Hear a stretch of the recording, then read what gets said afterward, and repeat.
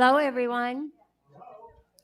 It is now time to call the Charter Club Committee meeting uh, to order. And I'm Donna Maloney, and welcome. So today we will announce that we do have a quorum. All committee members are present. And minutes of November 2nd meeting, are there any amendments or changes to those minutes? Hearing none, they will be as written. Moving on to new business, which is the sole purpose of our meeting today for the RR&Ps. The draft that is being presented today of the rules, regulations, and procedures for chartered clubs, also referred to as the RR&Ps, began with a task assignment to Mary Kay Vidal and Joe Piaskowski to eliminate redundancies and make RRPs more concise.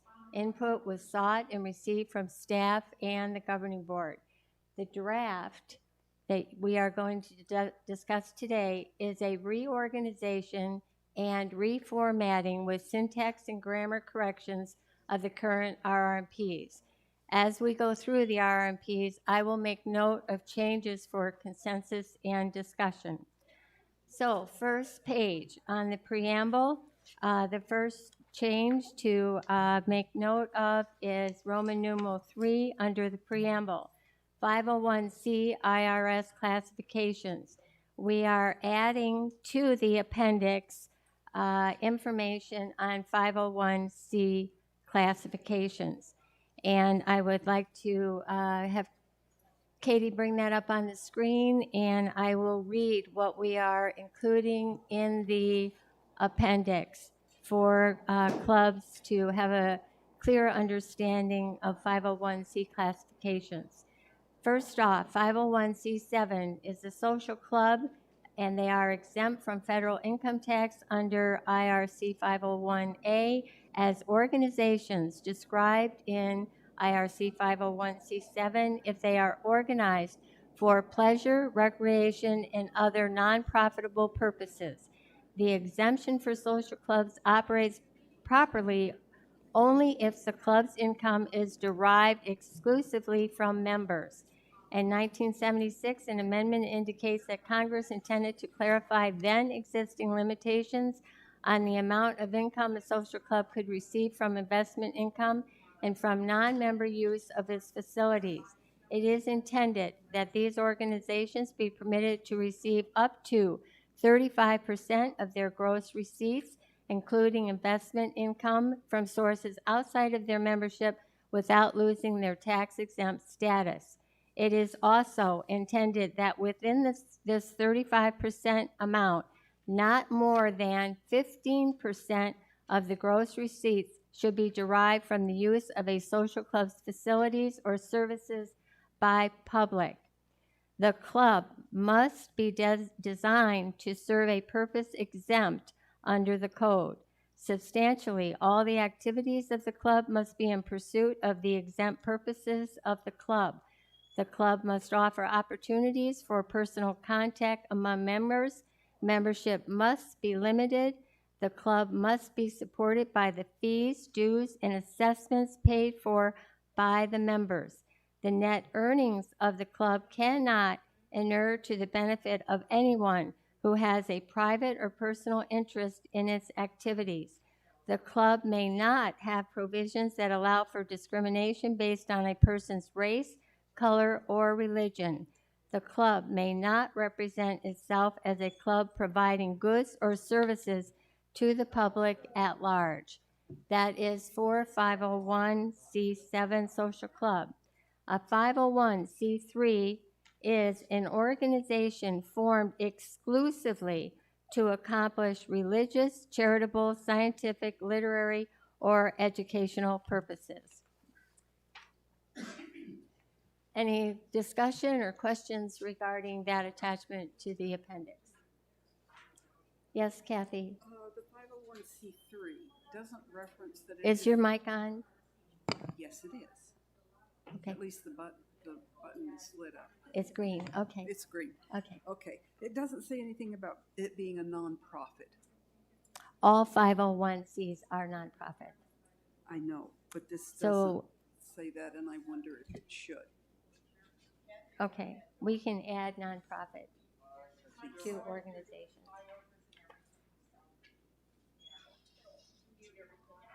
Any other questions or comments?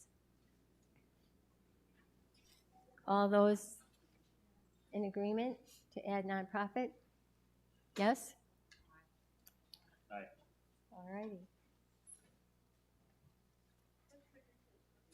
Continuing on page 1, most of the blue is just syntax or grammar. Number 5 in red, this was an addition as well. Bylaws are rules defining duties and responsibility of club membership. Moving on to page 2. Again, a lot of it is syntax or grammar, but moving on to 22, we combine guest and visitor, and I noted that visitor is spelled wrong, so that will be corrected, is any individual who is not a member of that club. Any questions? All righty, moving on to page 3. Reciprocity says, is the sharing of like facilities and activities with like age-restricted communities and or groups without paying a fee. We eliminated recreational facilities because it is repetitive. We have facilities defined on the page previous. And again, visitor, number 31 is being deleted because, again, that was incorporated together with guest for definitions. So that is the conclusion of chapter 1, which is definitions and responsibilities. Anybody have any questions, comments? By consensus, can we move chapter 1 forward? Yes. All righty. Moving on to chapter 2, the benefits of a charter. We have no changes on page 3. Moving on to page 4 at the very top. This was a letter E, and we are deleting it because it says administrative assistance and guidance for club business operations. And again, that is redundant. We have that stated in another area within the document. All right, moving on, establishing a club charter. It was just formatting to add formation there, and the rest of that is all, again, syntax or grammar correction. Moving on to page 5. Again, most of this is syntax or grammar. Moving on to, I guess, number 2, we did an edit there under maintaining a charter A2. We eliminated the word upon implementation of. We said association software, membership and participation data is electronically available to the association and clubs. Moving on to page 6, under club dissolution. These are the recommended changes.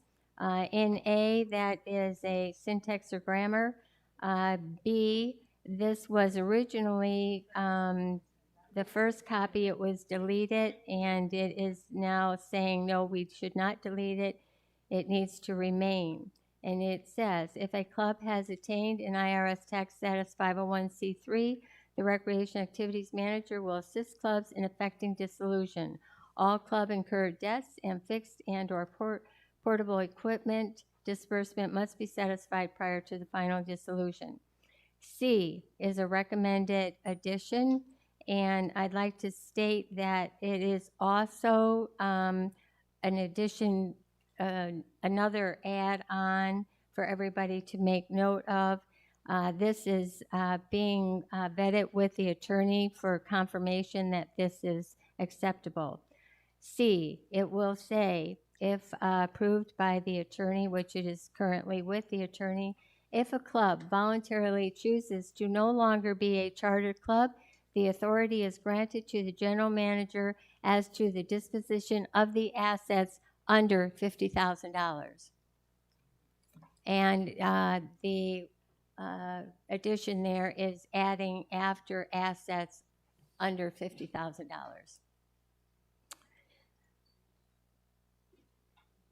I'm sorry, I need to, yeah, okay. We are now complete with Chapter 2, and I need consensus to say that we can move this forward. Chapter 2, all in favor? Yes, we will move that forward. Chapter 3, membership. Under conditions A, the last sentence, we edited to say this includes equal membership dues approved annually by club membership. Moving on to page 7 on E. We edited that. It says membership report CR 15 contains each member's name and recreation card number as of December 31. Submit to the Recreation Activities Manager by February 15th of the following year. And it is the February 15th that was edited. It was the first, and it's been changed to the 15th per association recommendation. All righty. And again, the rest of that page, there are no changes other than syntax or grammar. Moving on to page 8. Again, it is basically syntax or grammar, except for moving down to the bottom of the page, letter D. We are removing county. So it will say infractions which result in legal involvement, such as physical altercation, will move directly to the general manager for recommendation to the governing board. That continued on page 9. We are now on page 9 and under guests. And I would like to preempt this by saying that at the last governing board meeting, there was big discussion about the problem with, because clubs are so different, and trying to establish a rule that satisfies all clubs is very difficult. And so we are moving forward with their suggestion as to allowing clubs to make determinations in their club bylaws instead of making rules within the RR&Ps. And so thus, this is what it will say. For guests, A, club guests using equipment and or supplies or participating in club activities within the club are defined in club bylaws. Moving on to B, guests may not be admitted to a club activity unaccompanied by a club member except for special events requiring tickets and per club bylaws. Moving on to C, guests may not have greater privileges than a club member. Displace club members when facilities or spaces are limited, impose non-reimbursed expenses on the association, and diminish the attractiveness of association membership by obtaining its benefits without taking on its obligations. We eliminated D, there may not be an open public invitation for non-recreation cardholder guests except for special events. That was incorporated above. So those are the recommended changes under guests. Any comments or questions regarding guests? Yes, So Kathy. the club bylaws are approved by the The general association. association. Correct. Okay. All righty. Everybody okay with yes on that page? Yes? All righty. Moving on the same page, special events, Roman numeral 4. We just deleted C. which was special events may be allowed wherein the club sponsors, promotes, and runs the event by the association, but the association collects and distributes the monies. That was deleted. Moving on to page 10. The really only change that was made on that page was under reciprocity, B. And we just basically changed reciprocal play to reciprocal event. The club membership must approve reciprocal event every year with the submission of a CR 14A for approval. Moving on to page 11. Again, under B, you will note that we removed quarter, and that is because the term regular is defined to mean the general membership and board meetings that are consistently held on the same day of the week/month throughout the calendar year. There are no quarterly since we changed membership meetings to a minimum of 3. And then we move on. Again, a lot of the changes there are syntax or grammar. We added G, and G reads, clubs may be responsible for certain supplies and or equipment provided by the association for a confirmed reservation. And then we say, see appendix for club price sheet. And I know the audience doesn't have it, but the committee today has been given a copy of the price sheet. And that, again, will be, oh, I guess you guys do have it attached to your agenda. And that will be incorporated into the appendix. Donna? Question on Yes, that. Judy. Can I ask what the word may means there? Clubs may be responsible. So if I have a general membership meeting at Card Players and want a microphone, will I get charged $5 for use of that microphone? Casey, where are you? Are you hiding?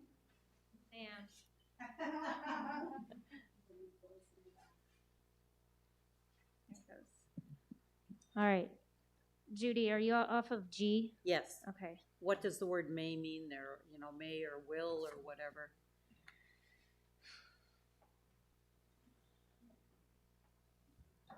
Okay, so this is brand new. I'm sorry.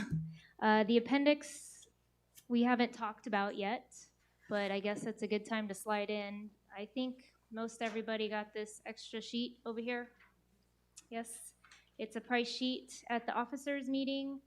I had a lot of unhappy presidents based off of our prices, and that is what this is. We went through and modified a lot of the expenses that were a little high, I would say. There was, for example, for coffee, it was $15 per earn. Now it's just, if you need coffee, it's $5, and that includes the condiments and cups and so on and so forth.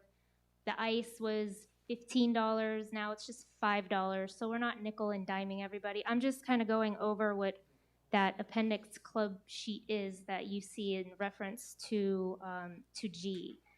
So if for whatever reason you guys are renting one of these from us, we'll just use the rolling cart, and it breaks. We'll find out how it broke. If it is based off of the club, then it'll go against the club. But if it's on ours for wear and tear, it's just going to be replaced. Did that make sense? It's quiet. Okay. Okay. But Is there an opportunity to have some of the social events where you don't get charged for every little item? Well, Do we get so many social events a year without all these charges accumulating?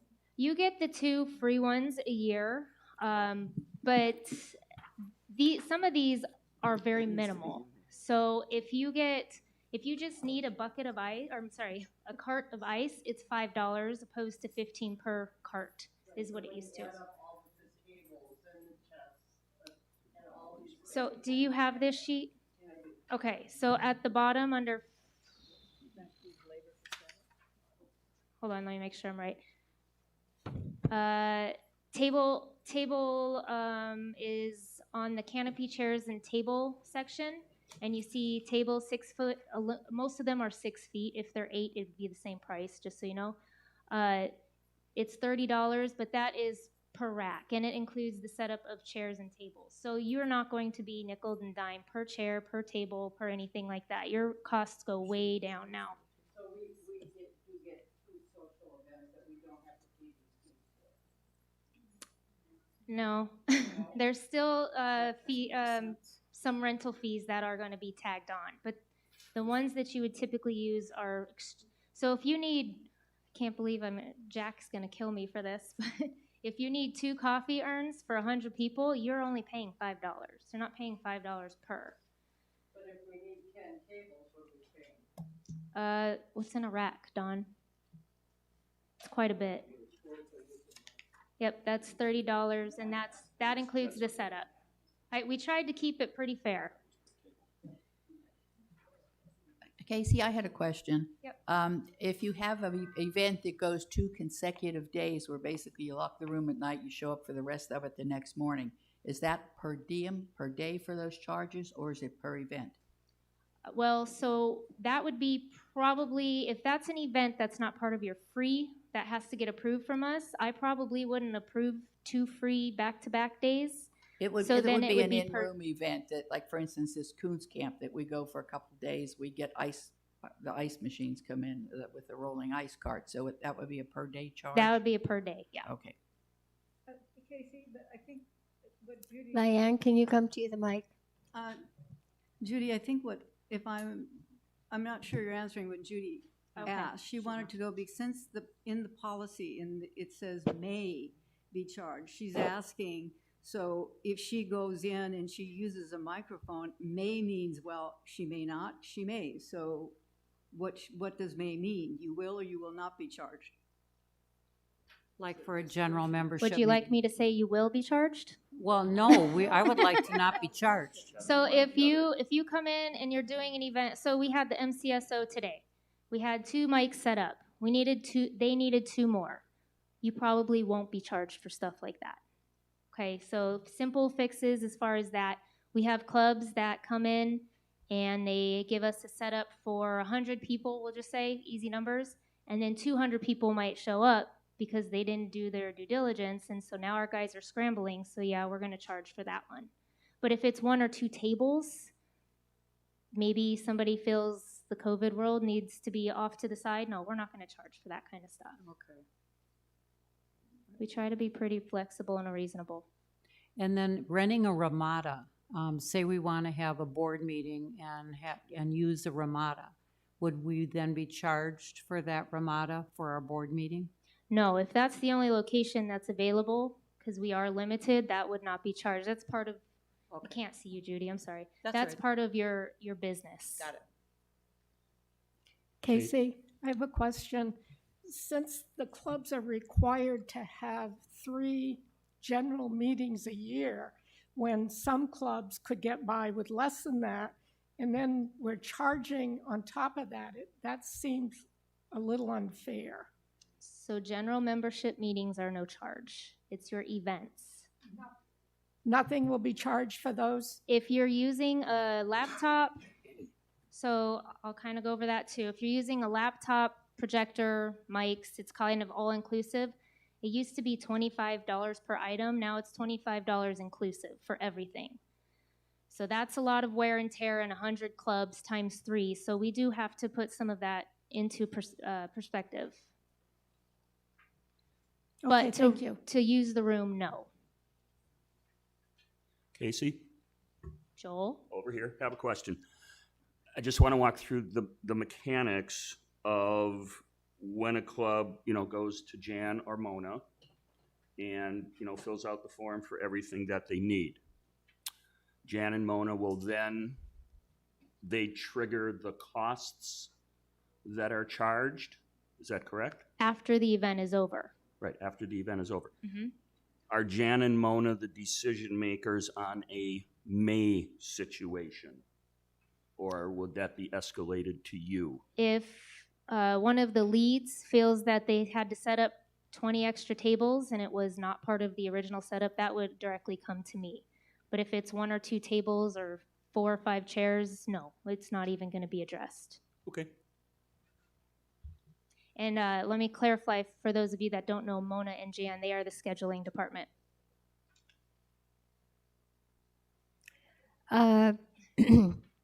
Casey, I would like to suggest that on the price sheet where you have tables and chairs and you reference it as a rack, if you could put how many are on that rack, I think that would be very helpful to clubs. Okay, it's going to be a much longer list. All of our racks, I believe, are quite different. But in general, it's 12.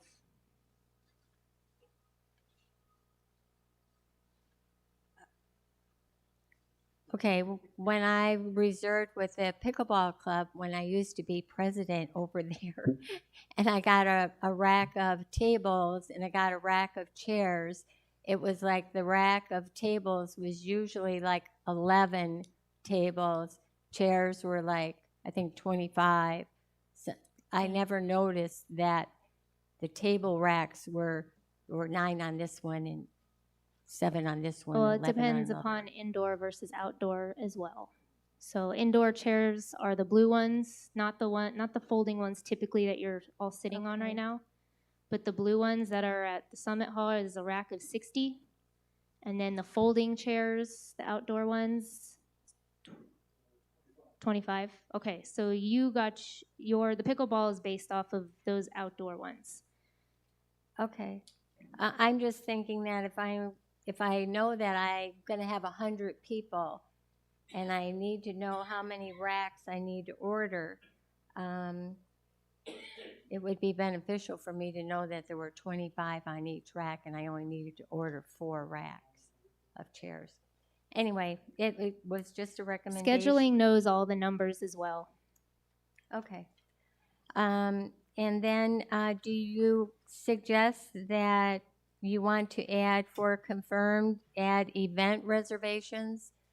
I'm kind of hearing that you're saying that board meetings and membership meetings don't have to pay for these items, or do they? I got a little confused. Not the there. facility itself. So, what board meeting is coming up? Woodshop. You guys have one next week. You're doing probably theater style. And 3 tables, board setup, right?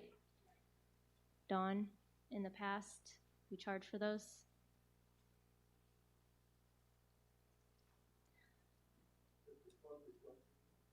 Okay, then yes. The rental of the room is not charged. So,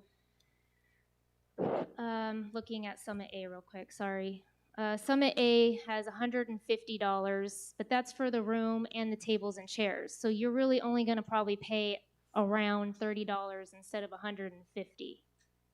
So you're paying for the items that are being set up every single day throughout the day at a very minimal cost.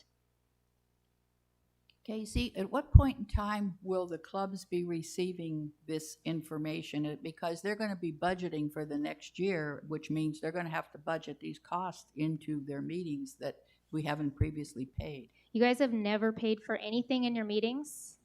No, that's why we're asking this. Then you don't get charged. Then you don't get charged.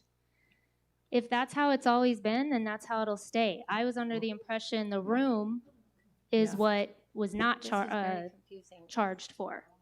Now, I think Mary Kay, you could probably address that because she's the one that pays our bills, right?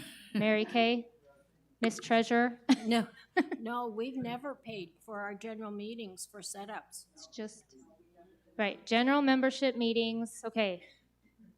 Okay, let's clean this up really quick.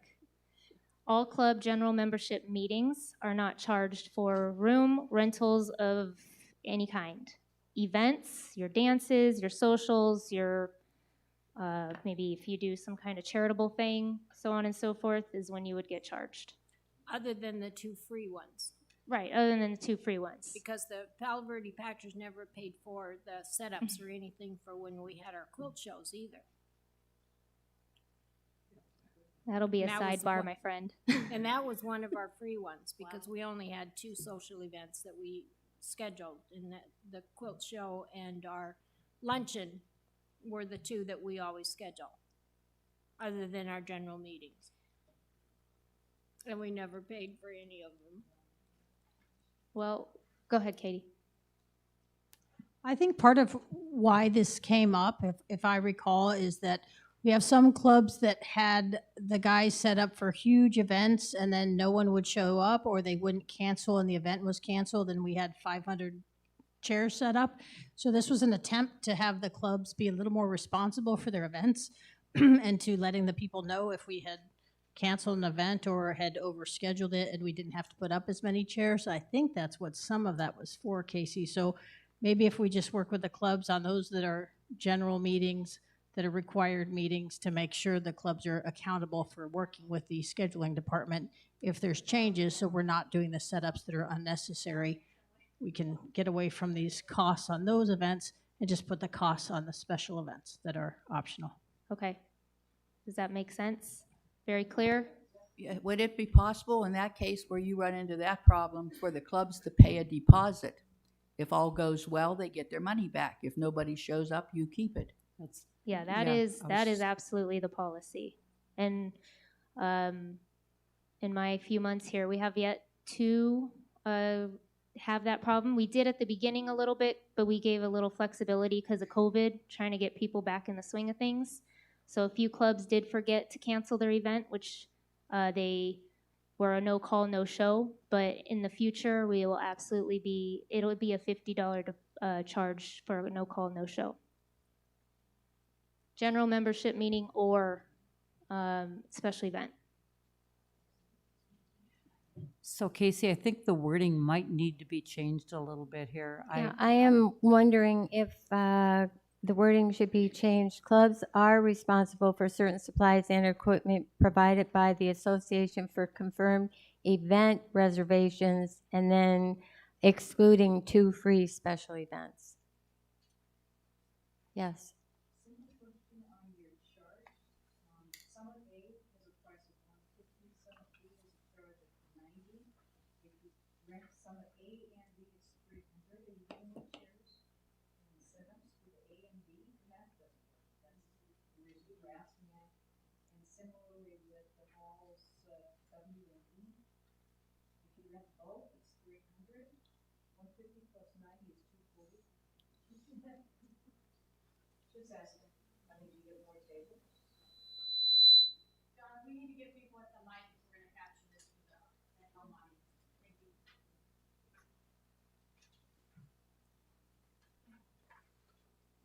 It's a simple math question. If you rent Summit A at 150 or Summit B at 90, that's 240. Now you've listed Summit A plus B as 300.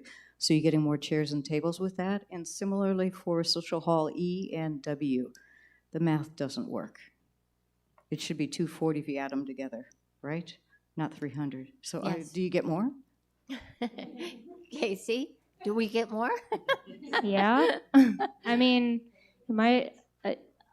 it's based off of if you need more space, you do get more. I mean, I can make this even totally. That's more money in our pocket. I'm just trying to. Most of the clubs use A and B.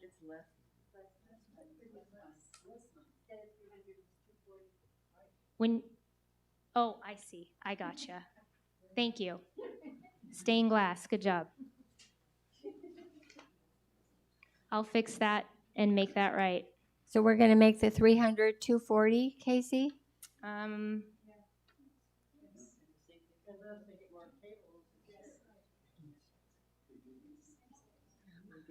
had a lot of people look over this and nobody found that, so thank you. I have to throw that out there. I don't just throw things out there.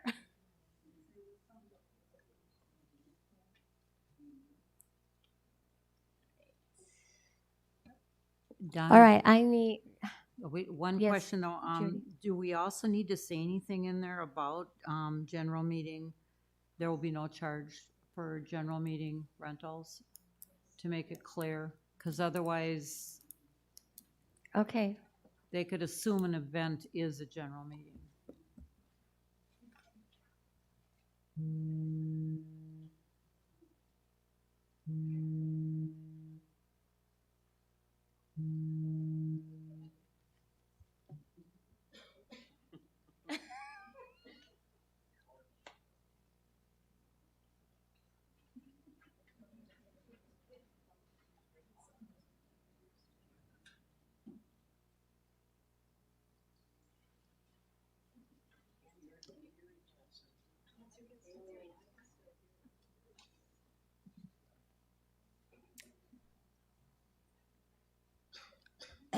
Casey? I need confirmation here as to the wording then. Clubs are responsible for certain supplies and equipment provided by the association for confirmed event reservations, excluding 2 free special events, general membership, and board meetings.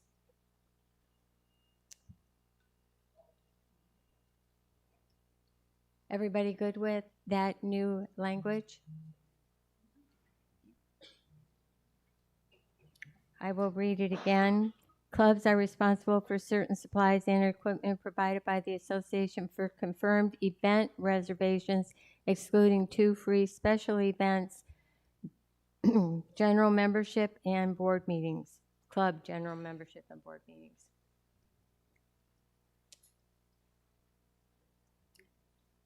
All righty. Donna, excuse me. Yes, Casey? Joel. Casey, question. Under facility rentals, Beardsley, you have all the outdoor things. Is it assumed then that the rooms, i.e. the agave room at Beardsley, there are no charges for those rooms?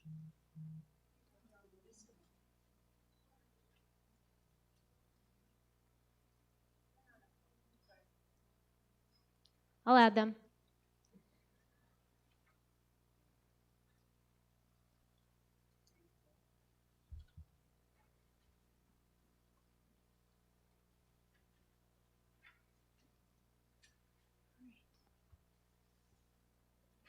Alrighty, so Beardsley rooms will be added to the facility rentals.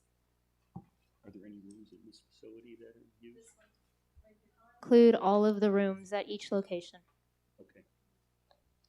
So we will include all rooms at all rec center facilities Thank on you. the price list. Alrighty. Anything else on the price list for clubs? Alrighty, then I would ask for consensus on Chapter 4 with the correction of G. Everybody, yes? All right. We will now move into Chapter 5, Operations. And the first thing under Roman numeral 1, clubs are responsible for A, establishing club bylaws and membership adherence and access. See Appendix C3, Club Bylaws at scwclubs.com.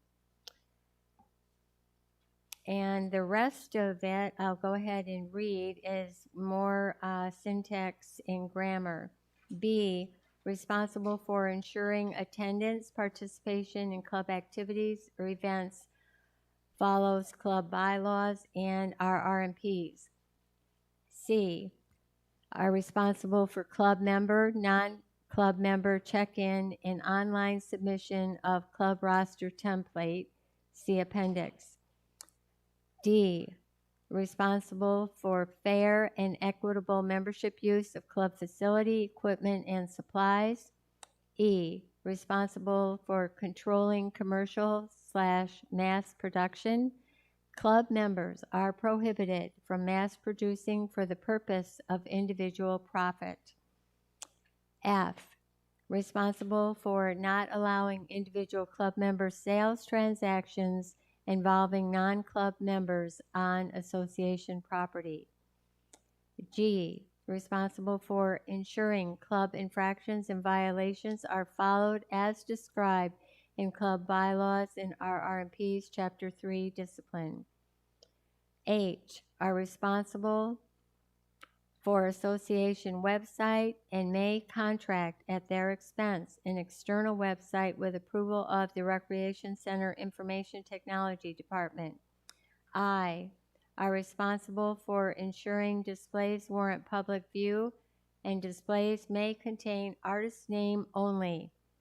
J, are responsible for treasurer duties as defined in Chapter 8 Finance. Everybody okay with Charter Club responsibilities? Yes? Alrighty. Moving on to Roman numeral 2 under officers and elections. And again, the two corrections on there are syntax and grammar. Moving on to page 13, we have eliminated number 4, bylaws must be readily available to club members and guests. That's you understood.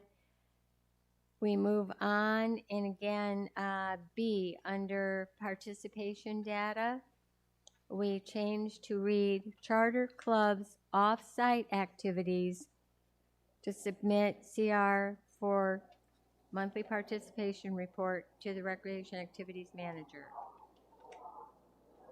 Moving on to page 14. Under B, we changed B to say requests for regular operating hours are made when submitting CR6, period. Moving on to B, under publicity, we deleted the sentence that said clubs shall not advertise for non-member participants in public media to avoid the appearance of a commercial operation or solicitation. Again, that's you understood. C, we deleted the last sentence. The club president is responsible for submitting all promotional and advertising material to the office of the Recreation Activities Manager for approval prior to its placement. We state in B above, any advertising must have prior Recreation Activities Manager approval. That's why that is deleted. It's redundant. In D, we again delete the last sentence. Publicity flyers may help the club increase membership of or announce an upcoming program. Again, that isn't necessary. It's you understood. Any questions regarding? Yes, Judy. My only question, guidelines about like how big something.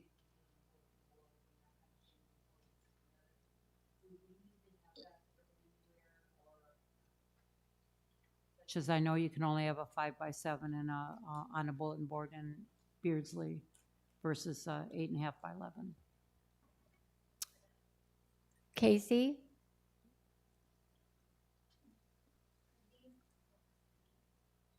Are these the flyers that you submit usually to Dory for Yeah. approval? Yeah. All right, let me reread this. Hold on. I only Yes. found out about the size thing by hook or crook by submitting an 8.5 by 11, only to find out it needed to be a 5x7. Yeah, and we do have that listed in our officers meeting on a slide, Yeah, I know you do there. But yes, this is in reference to that. So 8.5 by 11 is one time per year, and the 5x7 is, right? What's the 5x7? I don't have Dory by my side. So Does it need to be stated here, or am I just being overly? We should state it. It's a rule in No. the RR&Ps. no, it's just needs to be approved, and we will inform the presidents as they start turning those in. But it's always referenced in the officers' meetings as well, and so there is slide and documentation based off of those. I don't agree. Right, we need to incorporate that within the RRMPs, that information. Can I So you're suggest that, saying- can I suggest that we don't put that level of detail in here? We don't know in 2, 3, 5 years, are we gonna have digital billboards or some other kind of digital media out at the centers that might make that a moot point? And this is a difficult process, as we're seeing, to amend the RRNPs. So to start putting something that specific when it's something that Casey covers every year in those officers' meetings, I'm not sure you want that level of detail in the RRNPs, be my personal opinion, given that media changes so frequently these days. Well, and again, in B, we specifically say any advertising must have prior recreation activity manager approval. And so, again, she could decide whatever. She'll tell you that's wrong.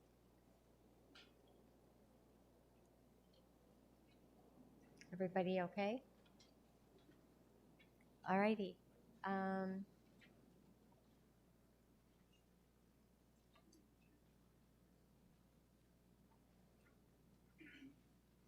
I think that that's it then on chapter 5. Is everybody okay with moving forward with chapter 5? Yes? All righty. Moving on to chapter 6, safety and health. And first item, Roman numeral 1, club monitoring. And A, we specifically state, club bylaws should set forth club membership monitoring requirements and any membership privileges which may be denied for noncompliance. B, club members who monitor are given the responsibility and authority of supervising a facility, participants, and the use of equipment within that facility per club bylaws. C, to ensure everyone's safety, there must be a monitor and a club member or at least 2 club members on site whenever any club is utilizing any recreation facility or facility must be closed. If a facility includes more than 1 room or the basic room is too large for 1 monitor to properly oversee, additional monitors must be provided. And D, charter clubs are very different and titles and duties will vary per club. Moving on to safety, again, under E, that was just a grammar syntax change. Moving on to accident, incident, injury during club scheduled activities on association property in the club records. C, clubs are responsible to educate membership, provide forms at scheduled events, and submit Form RC 20-5. By incorporating those 3 things, we eliminate E, clubs must have accident injury report at all club scheduled activities. And moving on to C, we changed that, just removing, however, this authorization clearly stipulates that it will just simply say the control and liability provisos of Arizona legal statutes pertaining to the consumption and transport of alcoholic beverages are solely the responsibility of the club. Yes. Sharon. Since the Crooked Putter now has its own liquor license and we now have a liquor license with the rec centers, I'd like you to suggest that you at least look at the new state law that came out prior to COVID that wasn't really instituted until after they started looking at how to get liquor licenses and so forth, to make sure that we're following whatever the Arizona statute is with our own liquor license, so that section may change. Just suggesting you take a look at it. Casey? You will follow up with that? Not now, but you. Well, I know, not now. I know. But Before you change anything on here, I'm just suggesting that you might look into it and see how we do that. okay. Well, and again, on C, we haven't really changed any meaning or anything. We've just uh, made it sound better. We didn't change the content. Alrighty, moving on. That is at the end of page 16. That's the end of chapter 6. If everyone is okay with chapter 6, we will move that forward. Consensus, chapter 6. All right, moving on to chapter 7. This is classes, contracts, equipment, and facilities. And again, there was really no recommended change other than in D. We just said a club board is responsible for determining instructional program needs, the qualifications of instructors, and class schedules. Everybody okay? Moving on with contracts. This is on page 18. And letter B, that was edited, and it was edited to where there will only be one CR8 form, an independent contractors agreement, and this was vetted by the attorney. So it will read, Form CR8 Independent Contractors Agreement must be signed by the contractor and club president and forwarded to the Recreation Activities Manager, period. And then we added a number 4, and this reads, conflicts of interest need to be recused from contract decision making. And other than that, everything under contracts remains the same. Everybody okay with contracts? No, that wording isn't quite right. On Okay, Kathy, conflicts- where would you like wording changed? Well, conflicts of interest need to be recused. Doesn't somebody need to be recused? I mean, a person having a conflict of interest, I mean, how could you recuse a conflict of interest? Individuals with conflict. Right.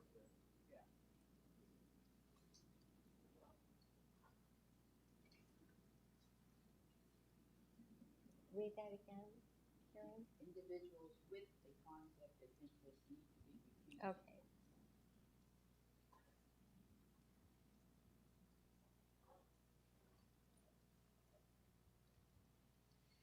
Okay, individuals with a conflict of interest need to be recused from contract decision making. All righty, moving on to equipment and inventory. A will read, ownership of all club purchase fixed and portable equipment with a unit cost of $300 or more is transferred to the association immediately following acquisition. Physical possession and control of the equipment remains with the club. All repairs to or replacement of a club's equipment is borne by the respective club. Everybody okay with that paragraph? Now, I have a question.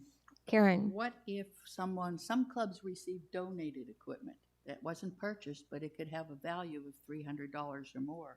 Shouldn't that be included too? Yes, you would need to include that as well. You could say purchased or acquired. It wouldn't have to say it was a donation, but I know some places, someone's passed away, people have brought in sewing machines or different types of equipment into the wood shop or things like that, you know, and yet it's got value, they're using it, or, you know, sometimes somebody just will say, hey, I know we need it, I'll buy it. You know, Okay, so then yeah. we would say ownership of all club purchased or acquired. Yeah. Fixed and portable equipment. Everybody okay with that change? All righty. Moving on. Again, moving on to page 19. D, we deleted this. Only those items in the club's assigned space, including portable items with a unit price exceeding $300, are to be included on the association equipment inventory list. We've already stated that above. Under 2A, we added specified in club bylaws. So again, if a club desires to have items valued less than $300 included under the association's property insurance coverage, they must maintain a simplified inventory list specified in club bylaws for portable equipment, resale supplies, or any other asset category with significant value or that is easily pilfered. And the rest of B is, again, syntax or grammar. And then C, we delete it because we reference specified in club bylaws above on the simplified inventory list. And then moving down under purchase of new equipment, under 2. We are deleting the last sentence. All purchase documents will be used to transfer the ownership of the item from the club to the association and to create an inventory line item for accountability. We've already discussed that above. Moving on to page 20, trade-in equipment. Again, it's just a change to make it more concise and clear. Moving on to B, under facilities. Number 3, request for interior remodeling under $500. This is 3. We changed that paragraph to read, the club substantiates the need with maximum utilization of facility space such as scheduling use, membership, participation, and club longevity with written endorsement of membership. We also changed number 4 to read, request is evaluated for program need, urgency, safety concerns, maintenance, repair, replacement of like kind, or as a new capital project that benefits the community. And number 5, the general manager may request a financial contribution from a club for a capital project request. Upon agreement, the general manager secures the contribution pledge prior to the start of the capital project. Any questions or comments, concerns? We okay with that? Alrighty, that's all under facilities. And again, under C, number 4, we just added standing because all the committees there, the properties, budget and finance, we are all standing committee recommendations to be forwarded to the governing board workshop. Alrighty, that is the end of chapter 7. If everyone is in agreement, we will move chapter 7 forward. All those in favor, consensus? Okay. Chapter 8, financial.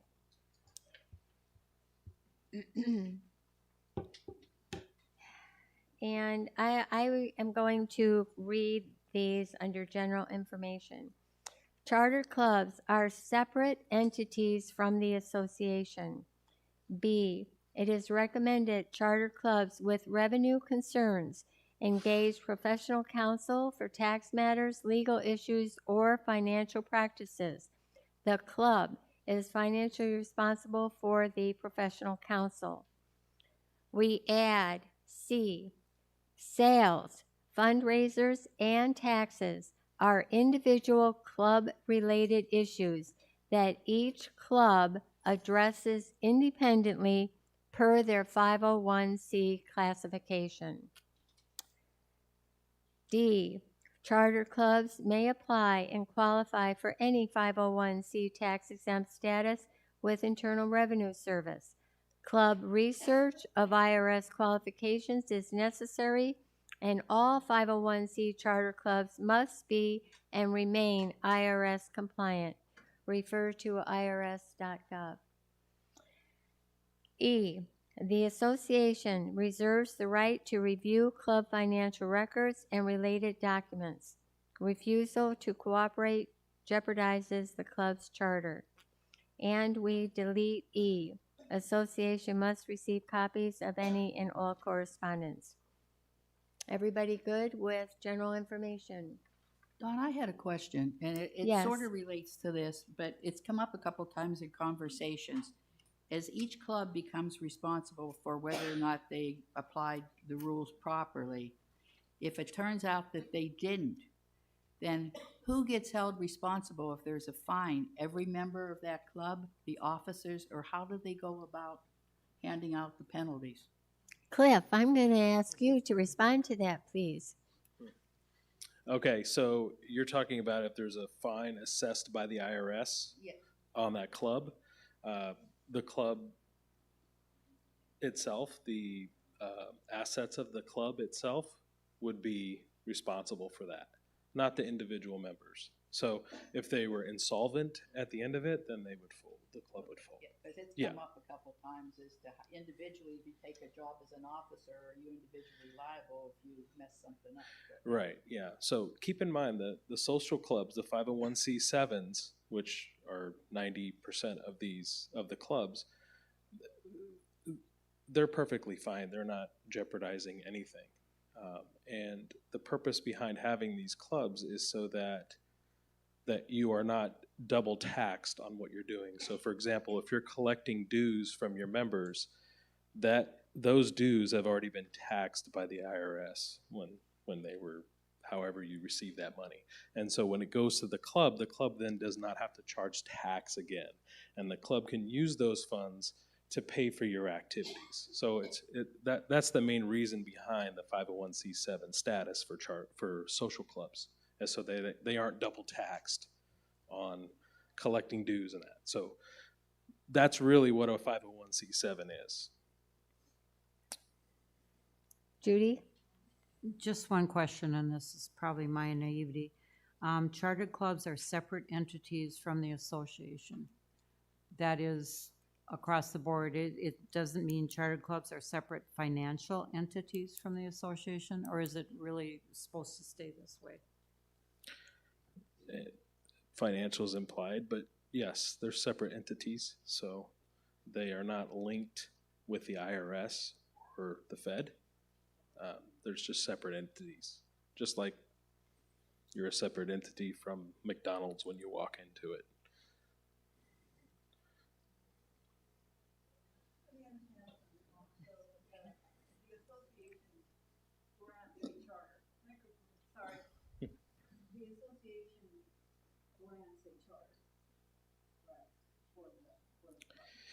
So yeah, so if you're chartered with the association, then correct. But the fact that you are a 501c7 is not dependent upon us granting you a charter. You have to attain that from the IRS.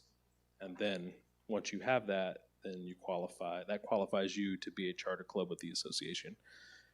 It's one of the things that qualifies you. So let me just give it a little bit more clarity there. So you could become a chartered club with the IRS and still not qualify to charter with the association because it might not fall in line with what our rules are for charter clubs.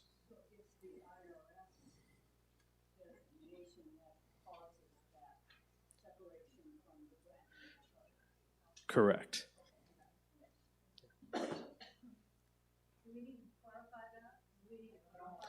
Well, we do. We say that they're separate entities. Yeah.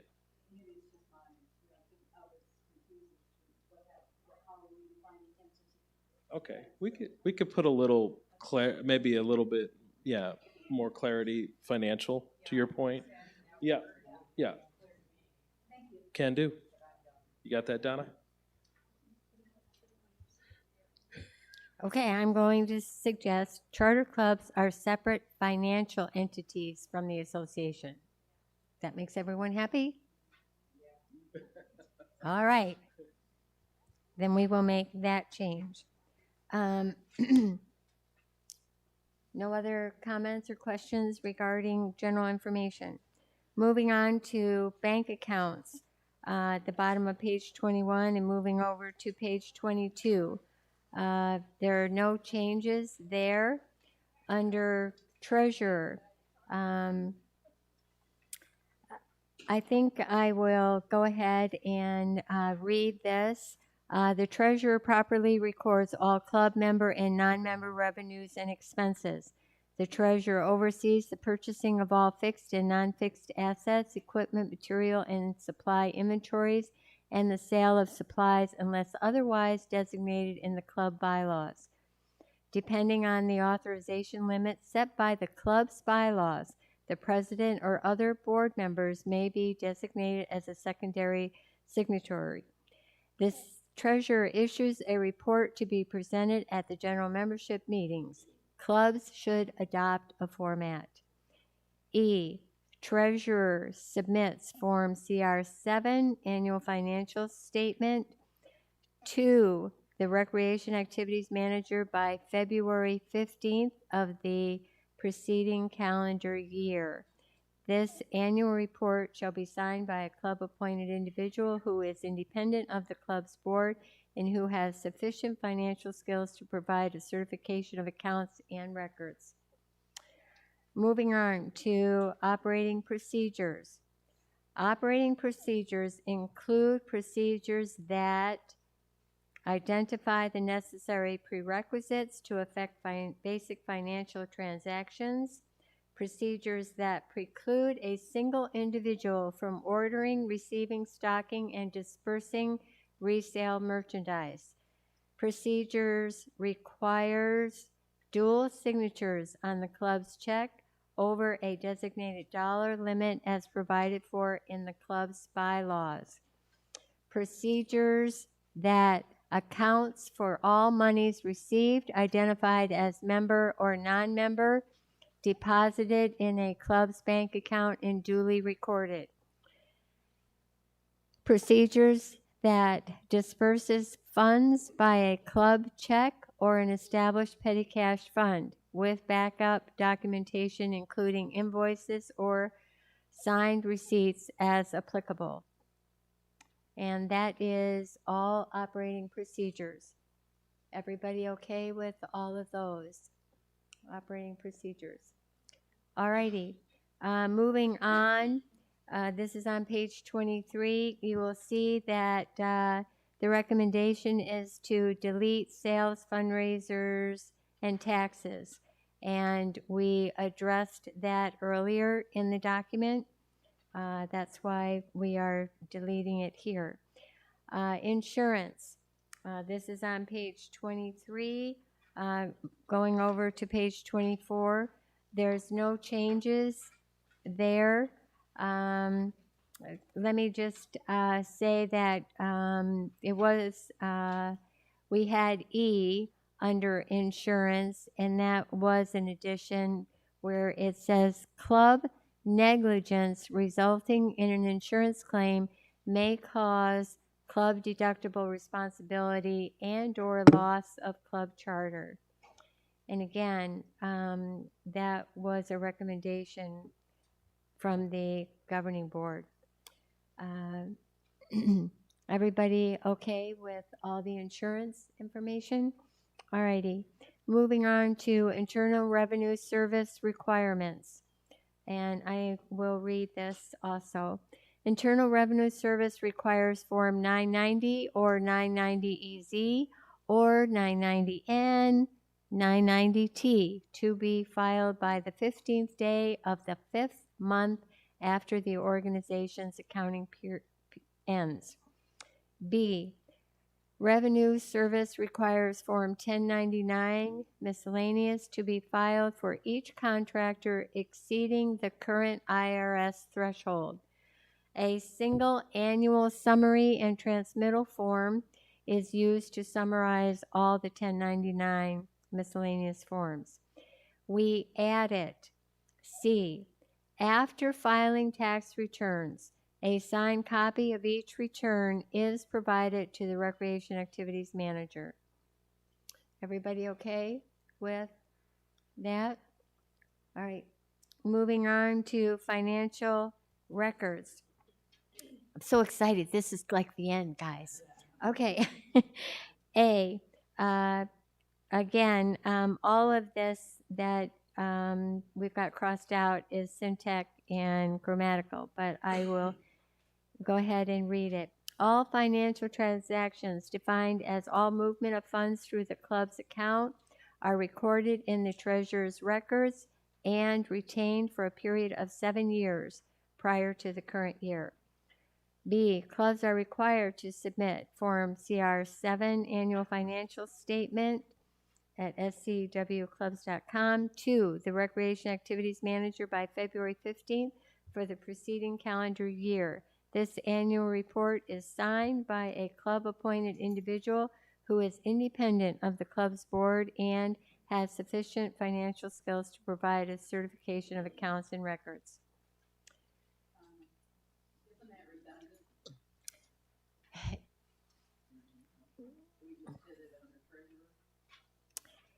And I think that we recognized that it was redundant, and the response that I got was, but that one is okay to be redundant because that's really important.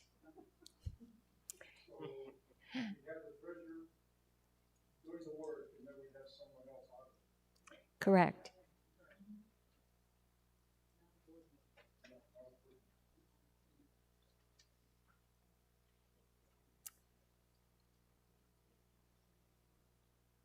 Okay, comments?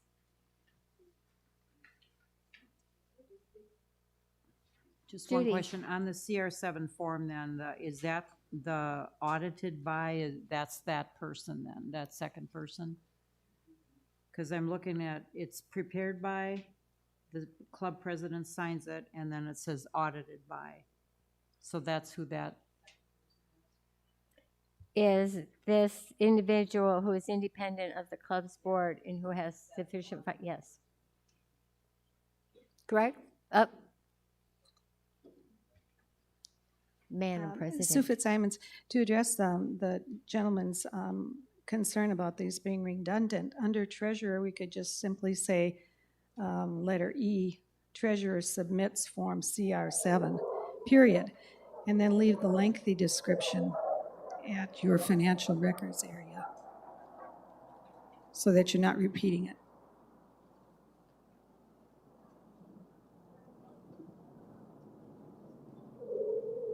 Okay, so on page 22 in E, we would be deleting this annual report shall be signed by a club-appointed individual who is independent of the club's board and who has sufficient financial skills. We will just delete that sentence.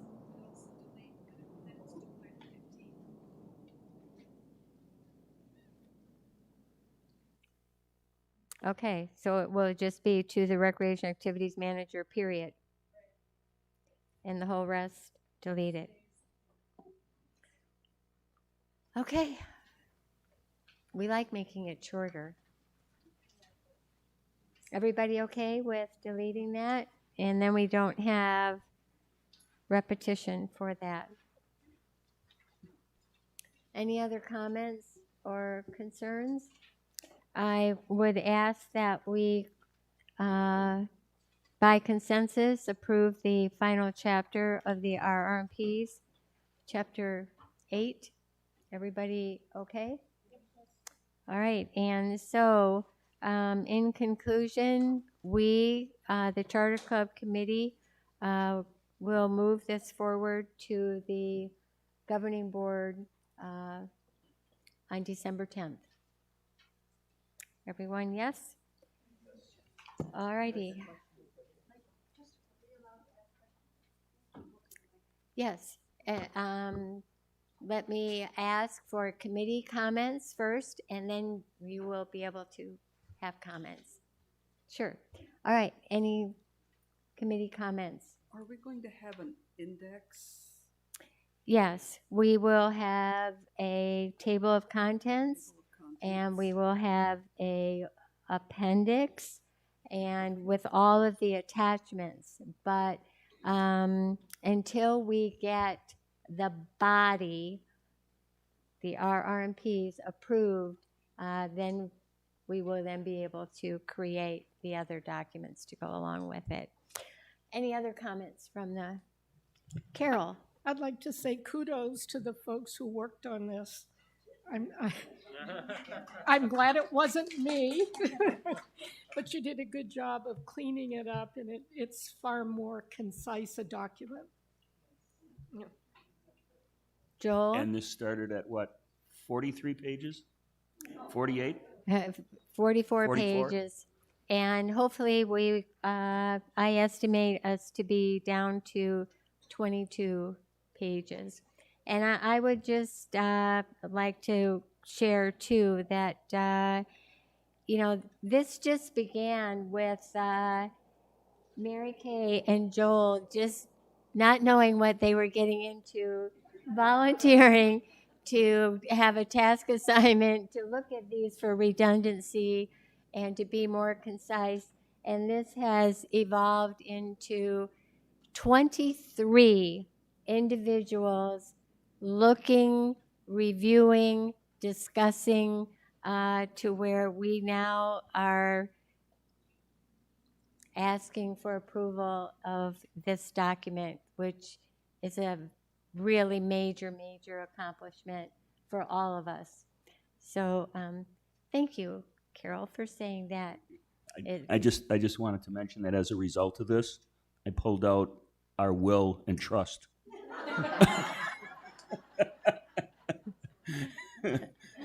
All right, any other comments from the committee? All right, now from the audience, please step up to the mic.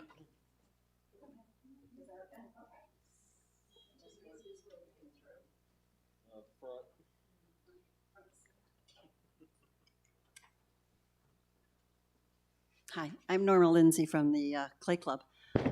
Just really a couple clarifications. Since I've been there, I think I've been there 7 or 8 years now, we have always been led to believe, and I can't say someone told me personally, that you could never limit membership. And it says here that we must limit it. So I need a clarification on that. Okay, when it's talking about membership being limited, it's talking about you have to be a member of Sun City West. You have to be a rec card holder. Okay, well, you that we know, yes, okay. Yeah, you cannot, just because I live over Write at that Grand, down. I can't join your club. Okay, write that down. All right.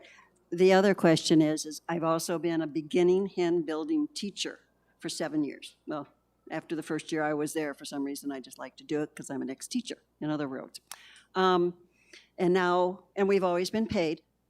I understand what you're saying, that you should not be paid, and it's not much, but you're paid for it because you can't bring an outside person in like that to teach classes for beginning hand building for someone who doesn't know anything about clay, whereas we live it daily. And so you're wording here that I've been teaching for 7 years and been paid, and now all of a sudden I can't teach because it's a conflict of interest because now I volunteered to be on the board. I'm not understanding that. Is that a good one? That's a good one, right? Well, I know I'll be asked, believe me, because there's another board member who's always been a teacher too. And It's so we always- just didn't know that was a conflict. It's always been in the RR&Ps, at least since I've been Cliff, here. do you which is want to only address 6 years, this? but not in this position. But Okay, if you're not paid, that's different. correct. But correct, if I you understand. and I understand, I'm sure your payment is quite minimal compared to what an outside instructor would Yeah, charge. and they give us a 1099, so there's nothing wrong here. We get a 1099 for it. If Yeah. we go over, the amount. So for a little example, you know the saying, it only takes one person to ruin it for everybody? Correct. Yeah, we have one. Oh, we have one? Mhm. Okay.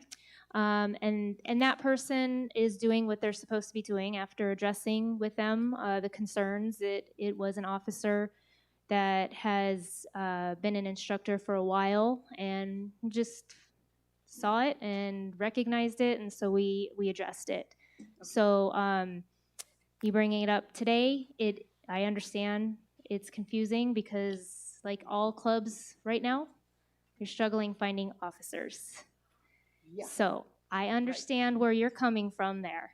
Cliff, do you want to talk? Yeah, I think it also states though that you just can't be involved in the decision-making process to be hired. So as an independent contractor, you can be on the board, you just can't be part of the decision-making process to appoint yourself as an independent contractor. I believe that's what the Right. RR&P says. That was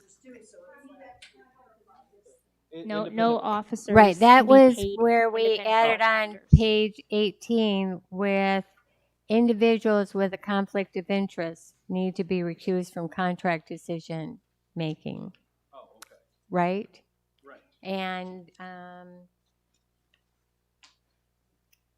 so you can announce it but just not be in the decision making of hiring. Right? Is that right, Cliff? Yeah, that's what we had talked about in the meeting. Oh.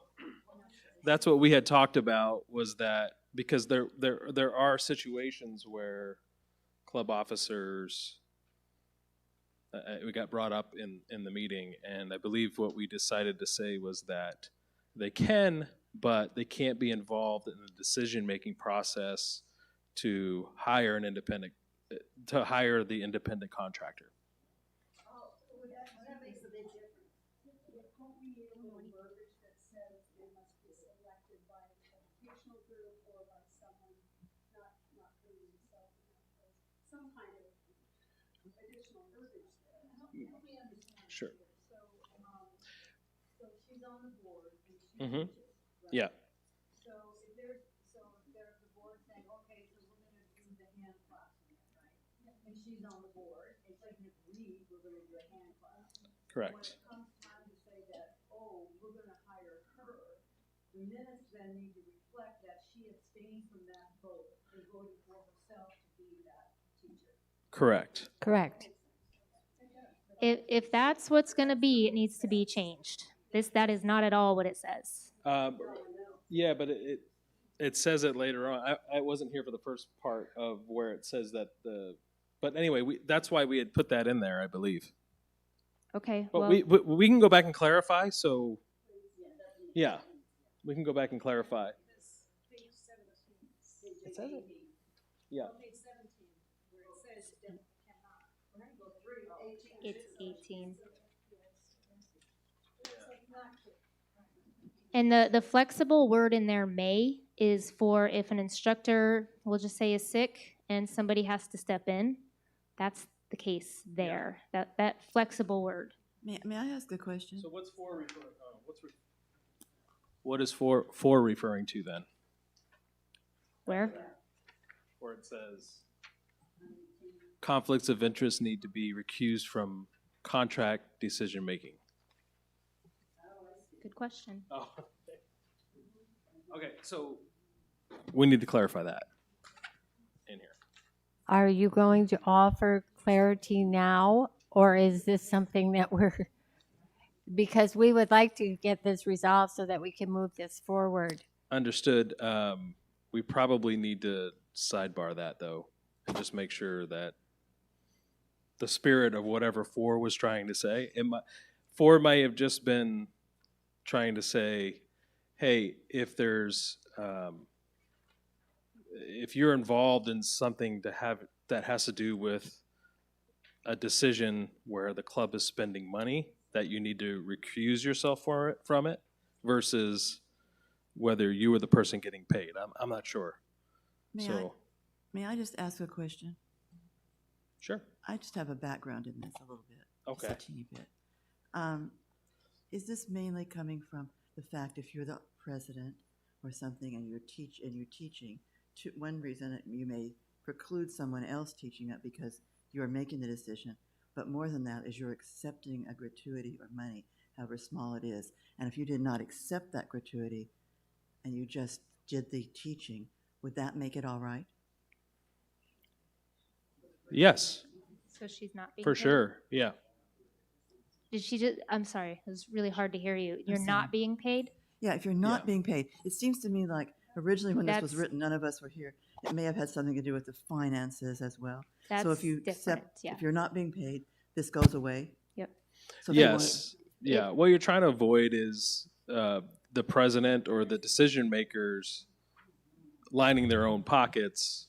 That's really what you're trying to avoid with that rule. One more thing, I think I have a lot of voice. Teacher, now you have to throw it at kids. I guess my point is, there's only 4 of us really that teach, and I'm beginning hand builders, for someone who comes in and has never had play in their hands. And then that's the trouble trying to find people too. And snowbirds aren't here because one's a snowbird. So it really puts a lot of pressure on 3 of us to do a lot of the teaching, and I just enjoy teaching. Now, if you tell me I can't accept money, okay, the other ones can, because they're not on board. So I can't say I'll teach, and it's free for you guys, but when you go to Linda's class, it's not free for you. Donna, will you repeat that question? I didn't pick up any of that. People at home can't hear you unless you speak to the microphone. All right, let me see if I can do this. The teachers, if I still want to teach, and I can understand teaching I teach other classes too without ever being paid. These are just for the beginners coming in because it takes 3 weeks. It takes a lot of our time. However, if I don't accept any money, then the students coming in, the newbies, how do I say this? They come in and pay less money because now they're not paying a teacher. But if they go to the next class, they'll have to pay the full amount because the other teacher has to get paid because she's not on the board. Well, she doesn't have to, but we do pay the teachers. Do you see where I'm coming from? So I would recuse myself and I would just never teach again, which would be a sad thing because I'd love to teach if I can't accept money because I'm taking something away from another teacher who does get money. Do you understand? It's sort of confusing. Especially once I don't see if I'm not in the process, they say, Norma, would you please teach? I say, sure. You know, Linda and I, in fact, are teaching a class this month, starting the 2 of us, because we have so many people who want in clay. So could they pay for the class and the money not go to the instructor, but to the club? Well, the rest of their money does go to the club. We pay, I know I meant, but yeah. in your situation, you wouldn't get paid. It would just all go to the club. Oh, and just donate it back? Yeah. Yeah, I suppose. Hi, excuse me. I'm Lynn Kellis, and I'll be the new president coming this year. These women that are teaching these classes aren't just going in and doing a little 4-hour class in and out, and that's really nice. They do a lot of those for free. They're doing a 3-week class with a group of people that could be 10 people. That's usually about what we have. There's a lot of preparation. There's a lot of time in and out of the club working, getting things lined out for these people.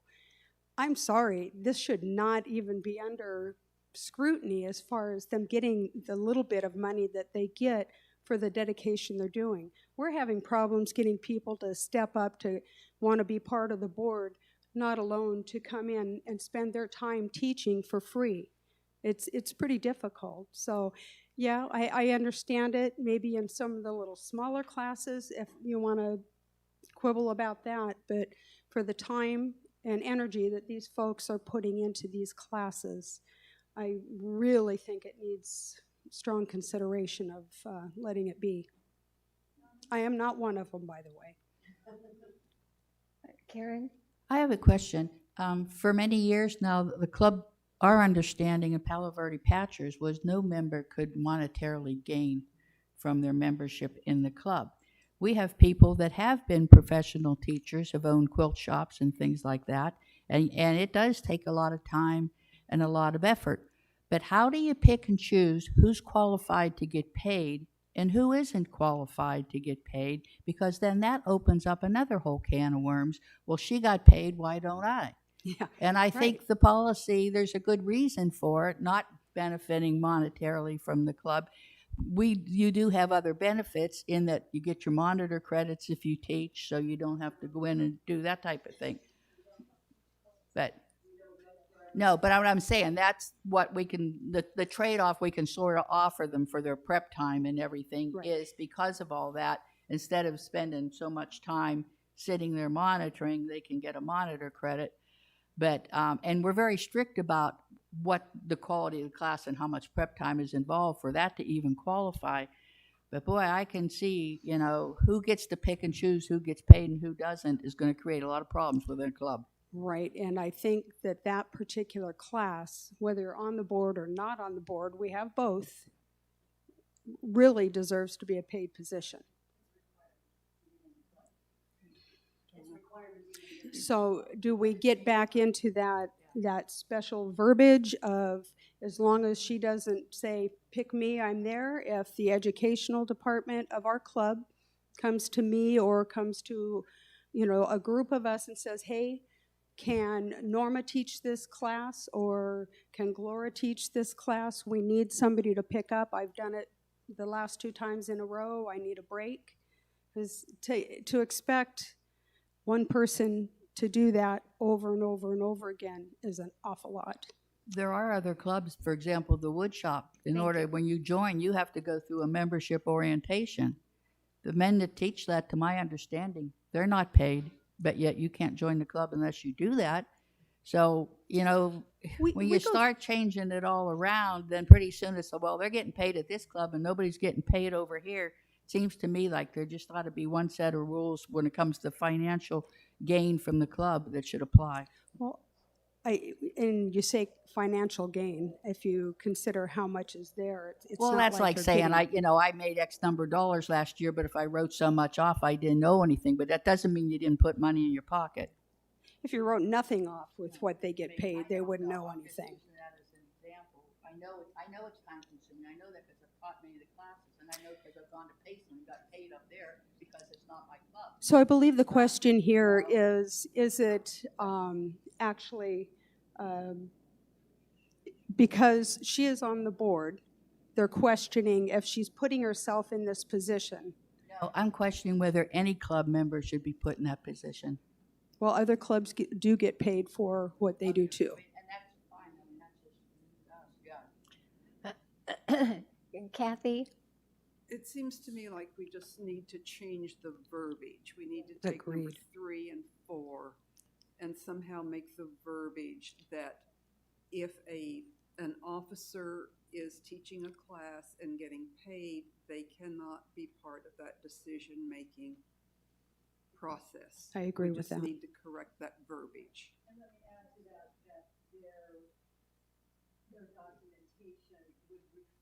their documentation would reflect that. Because that puts it on the onus on the club then to say in the minutes, she abstained from the vote. And that seems to me like that would just take care of it. That would be up to the club then, and as long as that documentation is there to show that conflict of interest was addressed according to these R&Rs. Are those instructors that are being paid, do they sign independent contract? Do they sign a contract? Yes. Okay, then that would be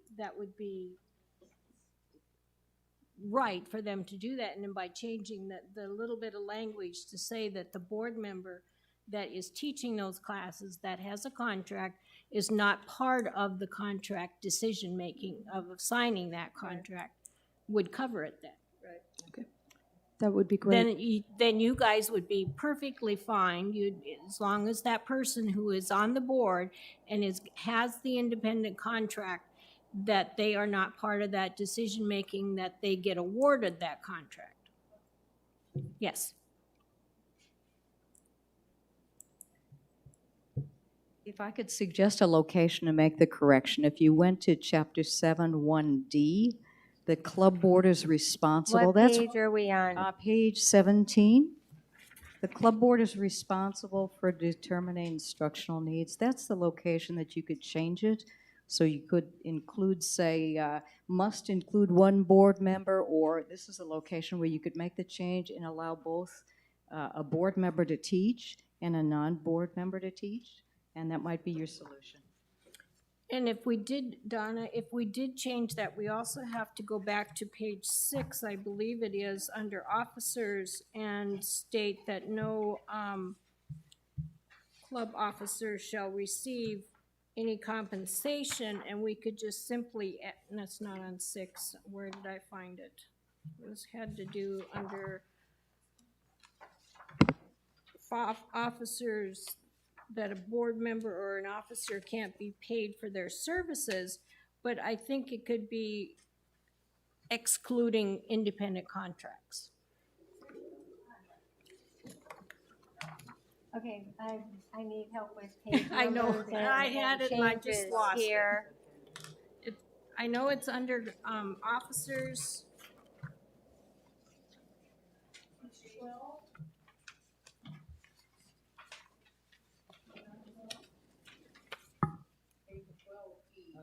Yes, 12E. Current club boards shall not receive compensation of any kind for their services, and just add excluding independent contracts. Pardon?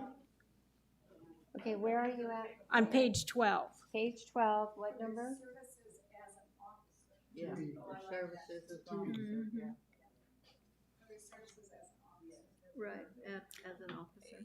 You just need to define or the services. I mean, services as an officer, they cannot be compensated for, but services as an independent contractor, they can be. So if we just add any Okay. kind of their services as an officer, Current club board shall not receive compensation of any kind for their services.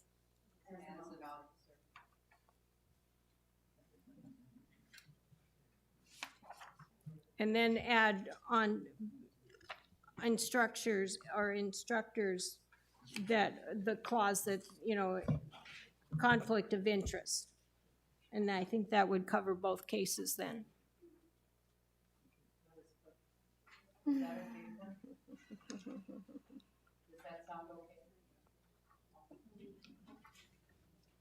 Okay, I made the change on page 12 to just say current club board shall not receive compensation of any kind for their services as an officer. Period. And then where's the other change? And then it would be on page 18, combining 3 and 4. And this is 3 and 4 we're changing, right? An officer of a club may not be contracted as a paid independent contractor. Eliminate 3. Pardon? I would eliminate 3 because we are paying them as an independent contractor. Yeah. It does say may. No, it may not. Yeah, it says may not. It does say cannot. Oh, that's true. So, and then the sentence after it, if you combine them, will. So just combine 3 and 4.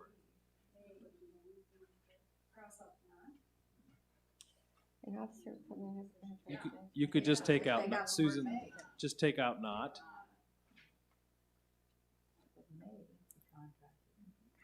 Well, like you said, to combine an officer of a club may be contracted as a paid independent contractor to the club in which she belongs, as long as they are not part of the decision making and granting that contract.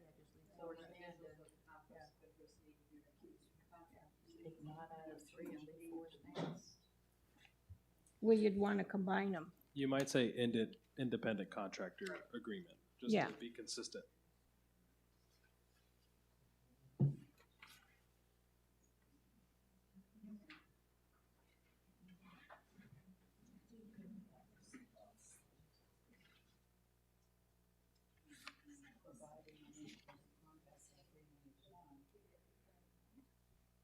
Is that always the case?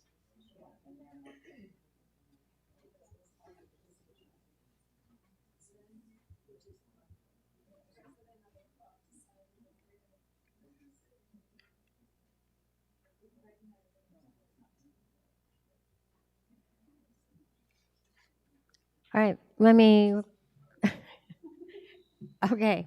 An officer of a club may be contracted as an independent contractor to the club in which he or she belongs, as long as they are not part of the contract decision-making.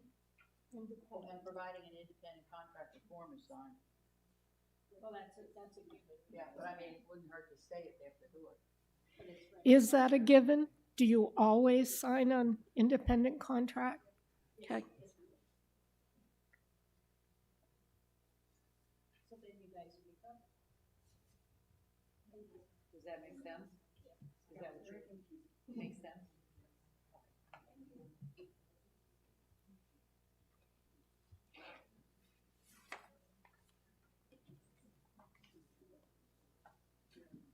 All right, I need to read this again, to make sure that I have this right.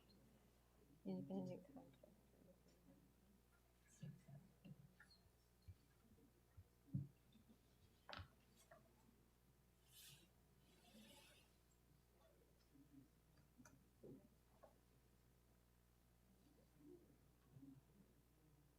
As long as they are not part of what? The decision-making of the contract.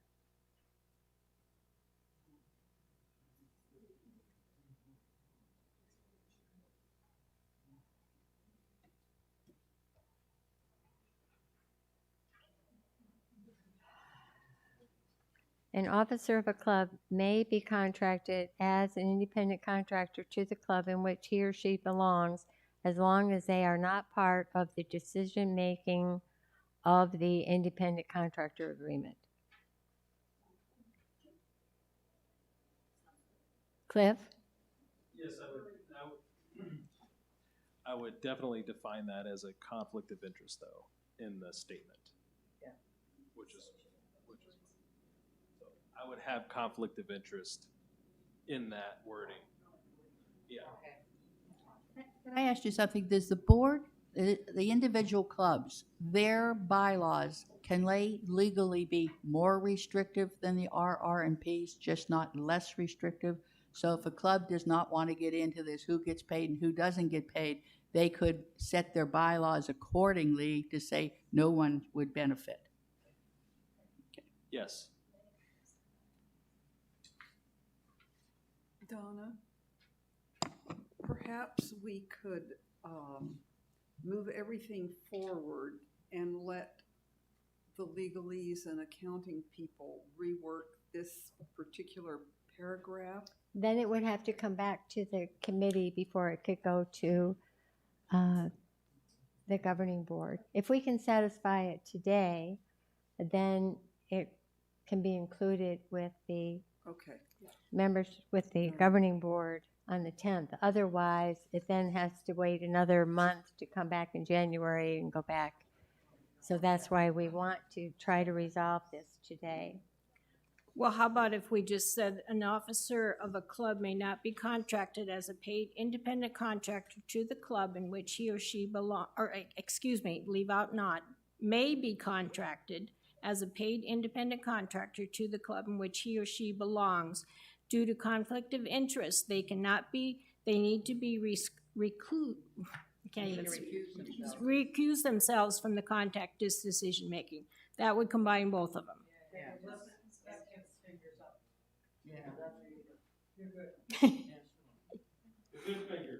Yay. Well, in scuba diving, that means go up.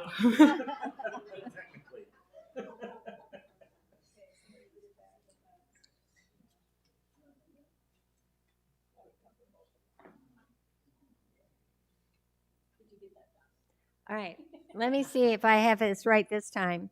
An officer of a club may be contracted as an independent contractor to the club in which he or she belongs. Due to conflicts of interest, they need to be recused from the contract decision-making.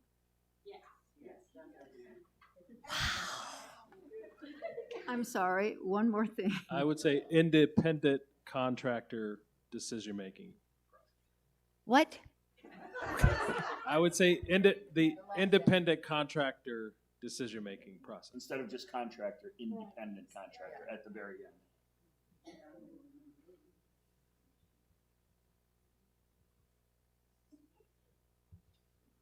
I just wanted to hear you read it again.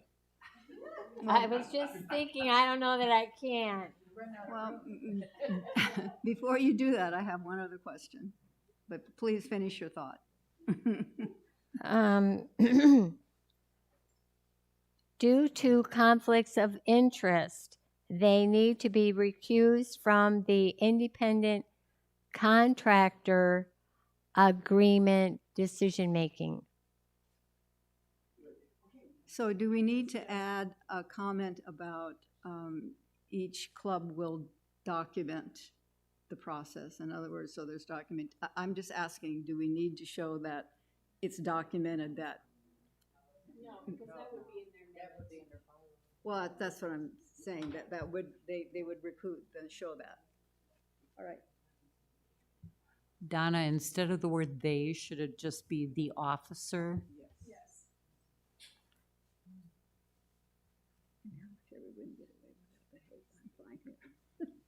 What was yes to?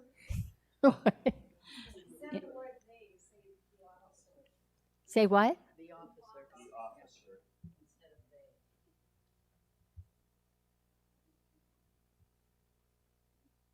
See, they saved the best for last. All right, let me see if I have it now this time. An officer of a club may be contracted as a paid independent contractor to the club in which he or she belongs, period. We got that sentence, right? Okay.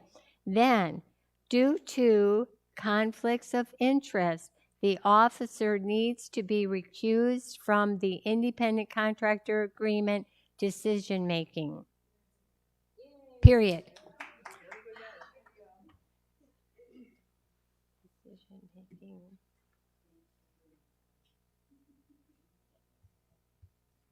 Okay. Where do you see these minutes?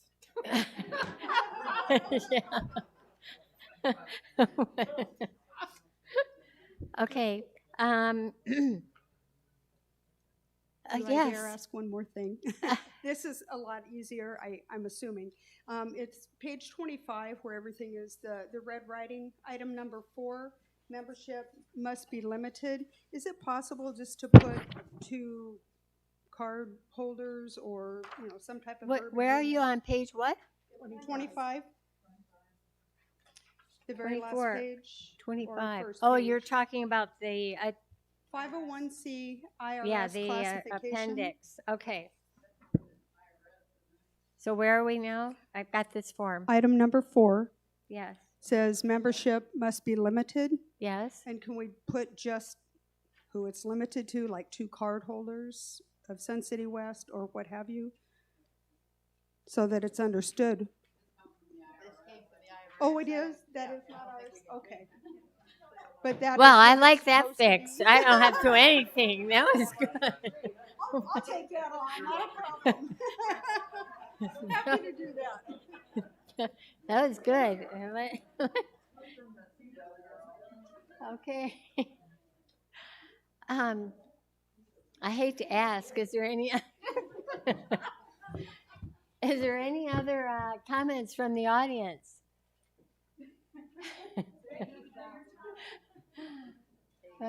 Katie. A lot of digital questions. I don't know if you want to broach them or have them sent in by email. Hey, sock it to me. Okay, some of these go back to the very beginning of the meeting. So, all right. Regarding guests, is there a requirement that guests must be accompanied by a club member? Yes. Regarding should play, the word play be, this was during reciprocal play, should play be changed to event? And there was a second reference to that. We did change play to event. There was a second reference to it, so yeah, just. Where is the second reference? It was under the guest section, section 5, letter E. Under guess. I think page 9.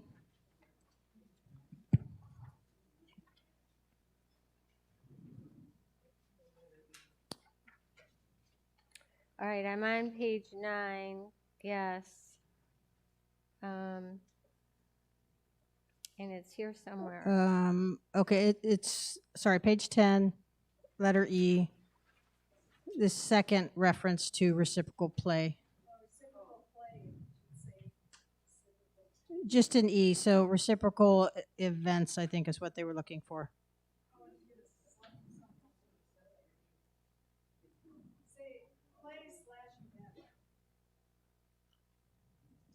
Where am I at here? So Subservice must be from the reciprocating community? Aha. Play and say event. all right, someone else was commenting on the sound, so thank you to everyone that went up to the mic. They do have a tough time, even though your voice carries in here, it definitely does not carry over the audience, so thank you for that.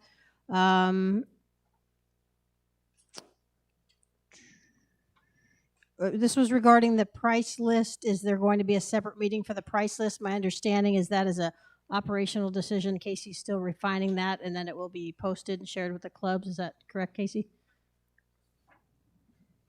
From what I have been communicated with, yes. This is for clubs. This isn't resident rental fees. That's totally separate. This has nothing to do with any of that. This is just for the clubs. Okay. And then will the unified CR8 and CR8A be in place prior to creating contracts for 2022? Yes, I hope to have them in by this week or next week.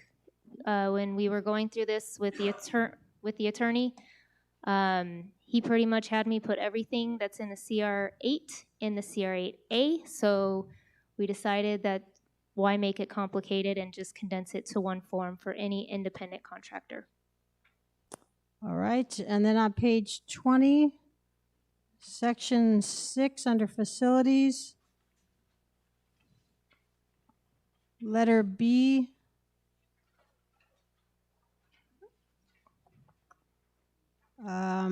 What is the independent individual accepting as a, oh no, letter B3. What is the form written endorsement? So it says the club substantiates the need for space with written endorsement of the membership. I believe that's written minutes from the membership meeting where they voted on the form. So I think it's just written minutes from the meeting. Is that correct, Casey? It's just documented in the club minutes. Yeah. Okay. Can we make that a little bit more clear? Written endorsement of membership. Minutes in parentheses.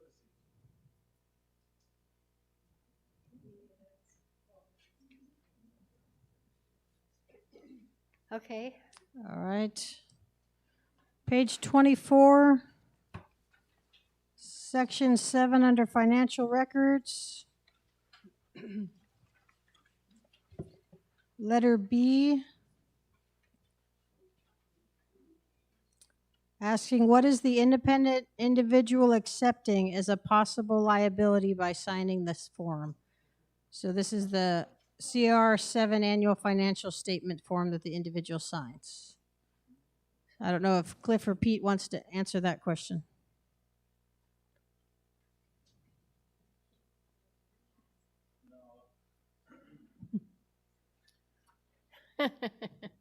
I would say that their liability would be no different than well, if they're independent, then there wouldn't be any liability. I mean, I don't know. I don't really know the answer to that question, to be honest. But I don't know.